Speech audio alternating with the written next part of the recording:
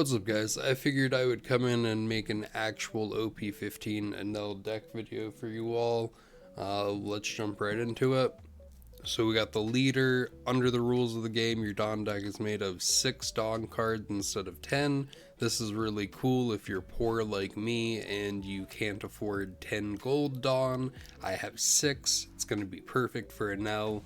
Active main once per turn. If it's the second turn or later, add up to 1 Dawn rest or 1 Dawn active, and then you add 4 Dawn rested. So you're ramping 5 Dawn in a turn. Then you can give up to 4 rested Dawn to one of your characters. So the idea is to just play out a bunch of 1-cost weenies, and then you give them the extra Dawn off of leader effect so they can swing 6 and 7k power swings into your opponent. Pretty not bad. Pretty not bad. We have 3 of the pudding. See a lot of people either running 2 or 4 of this. Figured 3 was a little bit of a sweet spot. It just searches out your event cards. It also searches out your Sanji 2k counter. Honestly, a lot of the vassals have the same on play effect. So on play, Dawn -1, draw a card. When attacking, if you have 6 or less Dawn cards, which you always do in this deck, give one of your opponent's characters -1k power. Satori, same on play, Dawn -1, draw a card. When attacking, if you have 6 or less Dawn cards, look at the top 2 cards of your deck, rearrange them in any way you want. Shura, on play, Dawn -1, surprise, surprise. But this guy, if you have 6 or less Dawn cards on your field, he has Rush, so he's technically the first 1-cost Rush card that we've ever gotten. Very, very cool. We have 2 of the 2k counter Nala. This is just anti-removal for small bodies. Good for the deck. Good against like removal decks. Not much to say about it. It's also just like a physical 2k counter because you don't have a lot of 2k counters in the deck that protect your bodies.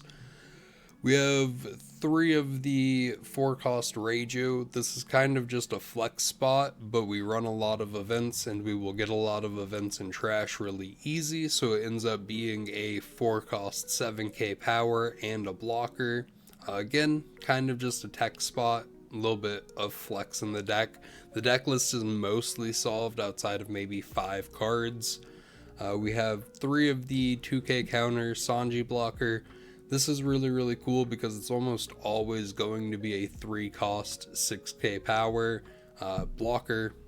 Again, 2k counter though, because we don't have a lot of physical 2k counter in the deck. So being able to protect your bodies gets a little harder sometimes. We have 4 of the 6-cost Enel. This card is really, really good. It and the other 6-cost Enel both read, if you have 6 or less Dawn cards on your field, this character can't be removed by your opponent's effects, and it gains 2k power. So they're basically just 6-cost 8k power bodies. The blocker, Dawn -1 active main, he gains blocker, then you have to trash a card. The secret rare Enel, again, same static effect of being a 10k power, but on play, Dawn -1, you look at the top 5, you grab any card you want out of the deck. This is so strong, it searches anything for you, then you trash a card out of your hand. We have... sorry chat, a little sleepy right now. We have 2 Divine Departure. This just kind of helps you minus power for some of your effects, or for just like swinging into board to help kind of control your opponent's field a little bit. I don't necessarily love it, but I understand the reason people are running it, and it does come up quite a bit. I've seen people running 4 of this. I might bump the numbers up in a later update. We have 4 L Thor. Dawn -1, if your leader's an L, up to one of your leaders or characters gain +1k power during this turn, then you KO with 3k or less, and the counter is just +2k to an Enel card. So this is cool because it'll protect your leader or either of your 6 costs, but it will not counter for your characters, so that's a little irritating. We have 4 of the Lightning Beast Kitten. Dawn -1, if your leader's an Enel, draw a card, then give up to one of your opponent's characters -1k power. Same counter as El Thor, just plus 2k to an Enel card. This is pretty cool. I wish the power minus was a little bit more. I wish the power addition was a little bit more on this, but these are both really, really cool cards. They actually end up playing really well together. I always remember this in play. This does not draw you a card. This is one of the few cards in Enel that on play does not give you another card, which is very interesting. So moving on, we have 4 of the Lightning Dragon. Dawn -1, draw a card, then stun one of your opponent's rested 6k power. This is really cool because you just reduce the power of your opponent's characters with like Beast Kitten or with Ohm, and then you hit them with a Lightning Dragon. We have 4 Memaragan. I'm not entirely sure how to pronounce the name of this card because I'm a little stupid, chat, but this card's cool. Main Dawn -2, you draw a card. Like most of the cards in the deck, there's a lot of advantage, a lot of like recurring cards when you play cards. So draw 1, then rest one of your opponent's characters with 5k power or less, and then the counter is up to one of your leader characters gain 1k power for the battle, and if you have 6 Dawn cards or less on the field, you draw 1. So this is actually one of the few events in the deck that can counter over a character.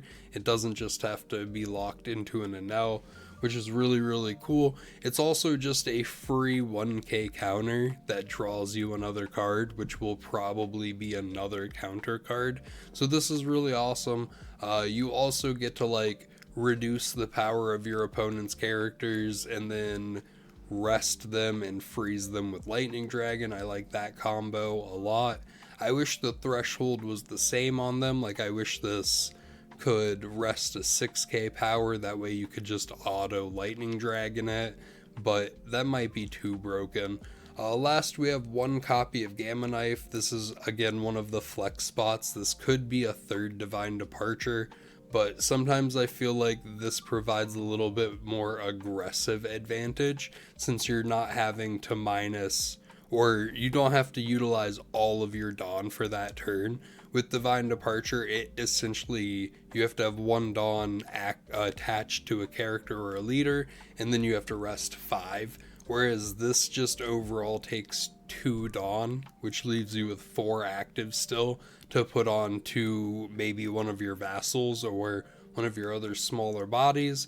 You can swing in, then you can use a bunch of your 0 cost events to minus Dawn, to then leader effect to put that rested Dawn onto a different character. So I feel like Gamma Knife kind of just supplies a little bit of value in being a little bit more aggressive than Divine Departure, but Divine Departure is technically also a 3k counter that lets you throw away a brick. So I understand the versatility of both of them. I'm just still testing a little bit. But if you guys made it through the video and you want to see more, make sure to like, comment, subscribe, and maybe come in and check out a Twitch video sometime. I'm gonna go take a nap though because I am sleepy. I will catch you guys in the next one.